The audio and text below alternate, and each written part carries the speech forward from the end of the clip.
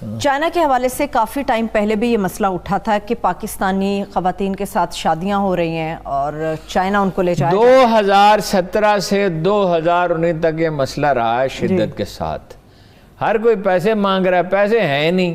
पैसे कहाँ हैं भाई? पैसे तो अगर हों तो सबसे ज़्यादा कराची में इन्वेस्टमेंट होनी चाहिए, जहाँ जो सबसे ज़्यादा फ़ायदा होता है। खाना पकाना चाहें खा लें, वरना गाजरें खाएं, जो मर्जी करें। हाँ जी, मूली गाजरें मूलियाँ बहुत मिलती हैं, सस्ती भी होती हैं। भारत की बात करते हैं। ज़्यादातर वो शादियाँ यहाँ करते थे क्रिश्चियन खातीन के साथ और गरीब खातीन के साथ। ठीक, मसला क्या है? मसला ये है कि चीन में 36 बरस तक 1979 से लेके 2015 तक एक बच्चा पैदा करने की इजाज़त थी। उसमें जो है वो अबार्शन करा देते थे अगर बच्ची के पैदा होने का इम्कान होता था शुरू में ही। अच्छा। और 14% फ़र्क है। दुनिया की तारीख में ऐसा कोई दूसरा वाक़या नहीं है। जंगों में हो जाता था, मर्दों की तादाद कम हो जाती थी। 14% ज़्यादा। फिलिपाइन में उन्होंने की शादियाँ, वो नाकाम रहीं। कहा जाता है, मुझे तो पहली दफ़ा ये पता चला, मैं तो फिलिपाइन के बारे में राय अच्छी थी कि वो खातिन धोखा देती थी। मंगोलिया में करने लगे, कोरिया में की, वियतनाम में की। तो वो पाकिस्तान में जब CPEC के लिए आया, उसमें 2 तरह के मसाइल हुए। एक बात में बिल्कुल क्लियर है, इसमें चीनी हुकूमत का कोई कसूर नहीं। चीनी हुकूमत ने इसको रोकने की कोशिश की और इसमें बड़ी हद तक कामयाब रहे। वो 2 मसाइल थे। एक मसाइल ये थे, ये इंडिविजुअल्स के फैसले होते हैं। करेक्टर भी इंडिविजुअल का होता है, किसी कौम का नहीं होता। ऐसी शादियाँ भी हैं जो नहायत कामयाबी से चल रही हैं। एक खातून ने रिट की लाहौर हाई कोर्ट में कि मेरे मियाँ को क्यों नहीं दे रहे चीनी शहरियत, उसको पाकिस्तानी शहरियत, उसको शनाख्त कार्ड क्यों नहीं दे रहे। वो 2 तरह, एक ये मसला था कि ये शादी की, यहाँ रहे जब तक रहे, फिर छोड़ के चले गए, फिर पलट के पूछे नहीं। एक ये मसला होता था, बाद में शिकायत की कि उन्हें आमादा किया जा रहा है गुनाह की ज़िंदगी गुजारने पे।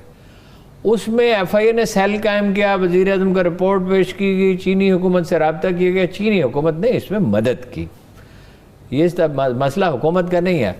अच्छा, ये इंडिविजुअल है, आप उसको रोक नहीं सकते। कानून साजी इसमें होनी चाहिए। आप यूरोप में या अमेरिका में शादी करते हैं तो वो कहते हैं जी कैरेक्टर सर्टिफिकेट मंगवाएं। हाँ, और यहाँ जिम्मेदार अफसर, DPO की सतह का अफसर उसके लिए उस कैरेक्टर सर्टिफिकेट जारी करता है कि कल कला कोई मसला ना पैदा हो। Last 30 second sir. तो कानून साजी करें उस पर और इसके पे विजिलेंट रहें और लोग खुद मोहतात रहें ना। ये इंडिविजुअल का मसला है तो इसमें मोहतात रहना। हारून साहब चलिए, ठीक है, इस पे बहुत सारे इस्लाम का आखिरी पूछना चाहती हूँ, इस्लाम क्या कहता है इस बारे में? क्योंकि चाइना के लोग मुस्लिम नहीं है या मुसलमानों के साथ शादियां कर रहे हैं। कुफ में शादी करो, कुफ काफे वाओ, अपने जैसे लोगों में शादियां करो। जिन लोगों को आप जानते नहीं, उनकी जुबान नहीं, उनका कल्चर इंटायरली डिफरेंट है। आप चीन जाएं तो आप हैरान रह जाएंगे, वो एक और तर्ज जिंदगी है, उसमें साथ आप एडजस्ट ही नहीं कर सकते। इमरान खान साहब की सरकार में जो इस वक्त सबसे बड़ा जो धमाका हो रहा है वो ये है कि इमरान खान साहब ने पिछले 3 सालों में सिर्फ 15 ट्रिलियन कर्जे लिए हैं, 15 ट्रिलियन।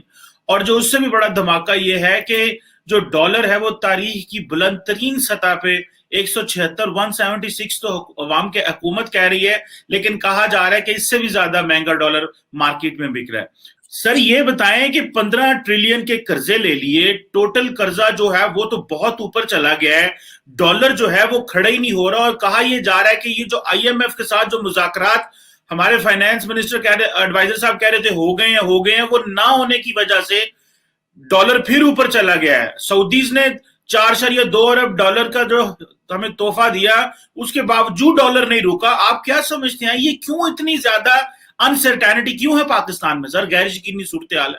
चीमा साहब, इस वक्त असल में एक पूरे कंट्री के अंदर एक पॉलिटिकल इंस्टेबिलिटी, एक केयास, एक कंफ्यूजन, बदहवासी। लेकिन मेरा जो रीसेंट इसमें मेरी ऑब्जर्वेशन है, उसके जो रीसेंट इसके इम्पैक्ट है, वैसे मैं थोड़ा सा अर्ज ये करता चलूं कि मेरी इंफॉर्मेशन के हिसाब से कराची में 181 का डॉलर बिक रहा है इस वक्त। और मैंने खुद ये प्रेडिक्ट किया था ये दिसंबर अगला साल शुरू होने से पहले ये 200 को टच करेगा।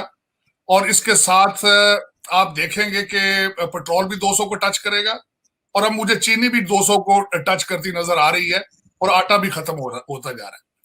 इसमें एक चीज जो मैं, बड़ी तशवीश थी मुझे और मैंने उसको कंफर्म भी किया है एक तो अफगानिस्तान की सिचुएशन, वहां पे उनकी इकोनॉमी का कोलैप्स होना, उनका कोई सेंट्रल बैंक इस वक्त काम नहीं कर रहा, और आपके 25% डॉलर जो है वो अफगानिस्तान में जा रहे हैं थ्रू पेशावर।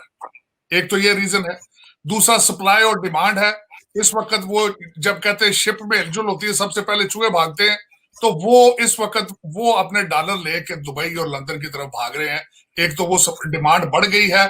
आप बल्कि मैं बताना चाहूंगा कि इस वक्त आपके बासर लोग अपनी प्रॉपर्टियां बेच रहे हैं और जो पैसा इकट्ठा करके भागने की तैयारियां कर रहे हैं। एक तो उसका इम्पैक्ट है। तीसरा इसका जो मैंने देखा है, जो बात आपको मैं बताना चाह रहा था, मैं खलीज टाइम में मैंने पढ़ा इस चीज को, कि जब अमेरिका अफगानिस्तान में था तो उस वक्त हर हफ्ते, हर 15 दिन के बाद $500 मिलियन अमेरिका वहां पे पंप करता था, अफगानिस्तान लेके आता था अपनी और अफगानियों की जरूरतें पूरी करने के लिए। और उनमें से 5 से 6 मिलियन जो डॉलर था वो पाकिस्तान आता था। उसमें वो डॉलर आने बंद हो गए। एक तो वो था। और तीसरा आपके मैं ये बताना चाहूंगा कि IMF का जो आपने खुद भी फरमाया है कि एक तो वो ब्लॉकेज के नहीं आ रहे पैसे, दूसरा IMF के साथ आपने देखा होगा जब भी डीलें करते हैं तो उसमें उनकी ये कंडीशन होती है कि आपने रुपए को डिवैल्यू करना है। और आखिरी बात जो मैं ये बताना चाहूंगा कि जो हम बात कर रहे थे कि सऊदी अरेबिया ने तोहफा दिया है, सऊदी अरेबिया ने तोहफा आपको को नहीं दिया। सऊदी अरब ने सिर्फ ये किया है कि वो आपको खींच के वापस अमेरिकन कैंप में ले जाना चाहते हैं। आपने एक चीज नोट की होगी कि पिछले महीने में हमारे 3 फेडरल मिनिस्टर वॉशिंगटन DC आए। तरीन साहब यहां से पाकिस्तान नहीं गए, वो सीधे सऊदी अरेबिया गए हैं, वहां से चेक लेकर वो पाकिस्तान गए। और वो जब चेक लेकर गए थे तो डॉलर मेरा ख्याल एक दिन के लिए 169 पे गया था, दूसरा दिन फिर वापस आ गए। तो असल में इस वक्त हालात ये हैं कि आपके जो पॉलिटिकल इंस्टेबिलिटी, अफगानिस्तान का इंपैक्ट और सप्लाई डिमांड, क्योंकि आपके सारे जो फॉरेन नेशनल या आपके जितने जो आपके कैबिनेट और दूसरे लोग बासर लोग हैं वो हमें प्रॉपर्टियां बेच बेच के अपना करप्शन का पैसा लेके बाहर निकल रहे हैं।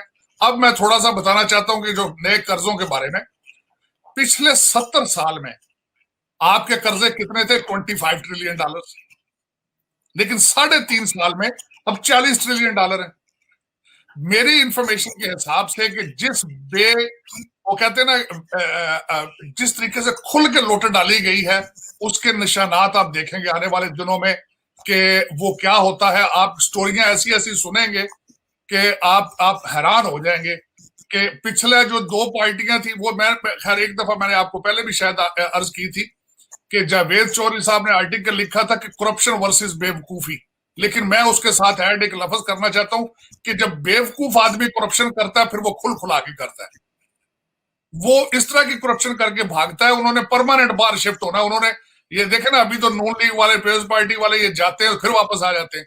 इस वक्त ऐसे यार दोस्त हैं जो करीबी हैं, वो परमानेंट भागने की तैयारियां में, उन्हें पता दोबारा चांस नहीं मिलना। तो इस तरीके से खुला के इस वक्त लूटमार जारी है और उसी वजह से आपका डॉलर भी आउट ऑफ कंट्रोल है। और दूसरा, मैं आपके कई वुज़रा को मुसलसल देखता हूं कि उन्होंने बड़ी बड़ी स्टेटमेंटें दी बड़े बड़े एंकरों के सामने बैठ के कि हमारे कौन से तेल के कुएं हैं, पाकिस्तान में कौन सा तेल का कुआं है जहां से पेट्रोल निकाल के सस्ता कर दे। आपके चीनी के कुएं तो है ना। जितना आपका शुगर माफिया आपकी कैबिनेट में है, बख्तियार साहब आपके शुगर माफिया का हिस्सा है, टेबल पर बैठे हैं, तो आप वो चीनी के साथ क्या कर रहे हैं? 160 रुपए की चीनी बिक रही है और मैं आपको गारंटी कर देता हूं महीने डेढ़ तक 200 में जाएगी। तो सारे मिलके पैसा बना रहे हैं। और आज मेरी इंफॉर्मेशन के हिसाब से आटे का स्कैंडल आटे की शॉर्टेज शुरू हो चुकी है। आप एग्रीकल्चर कंट्री हैं, आपके पास आटे के भी कुएं हैं, आपके पास चीनी के कुएं भी हैं, लेकिन आपके पास विल मौजूद नहीं है, आपका कंट्रोल मौजूद नहीं है। आप माफियाज इस वक्त पाकिस्तान को चला रहा है। खान साहब सिर्फ स्पीच की हद तक बहुत अच्छे हैं, हजरत उमर की मिसालें देने के लिए बहुत अच्छे हैं, रियासत मदीना की मिसालें देने के लिए बहुत अच्छे हैं, लेकिन वो माफियाज जो इन्होंने इलेक्टेबल करके अपने साथ लाए थे वो बिल्कुल छोड़ने और डिबोने की तैयारियां कर रहे हैं। हालात आपके इस वक्त बिल्कुल आपके लॉ एंड ऑर्डर बिल्कुल कोई गवर्नेंस नहीं है। पूरे कंट्री के अंदर केओस है कि क्या होने वाला है। ये 1.5 साल गुजरेगा, 1.5 महीना गुजरेगा, 1.5 हफ्ता गुजरेगा, ये हालात आपके चल रहे हैं इस वक्त। तरीके से आपके वो ईवीएम के हवाले से जॉइंट सेशन जिस तरीके से निकला, फिर उसके बाद इस वक्त जो आपके हादी जिस तरह की कैमचोइयां कर रहे हैं, आपके जिस तरह बार बार अपनी कोर कमेटी को इकट्ठा कर रहे हैं, तो ये सारी वो अलामतें हैं इंस्टेबिलिटी की, खौफ की, ये सारी वो बौखलाहट की, ये सारी अलामतें वो चल रही हैं।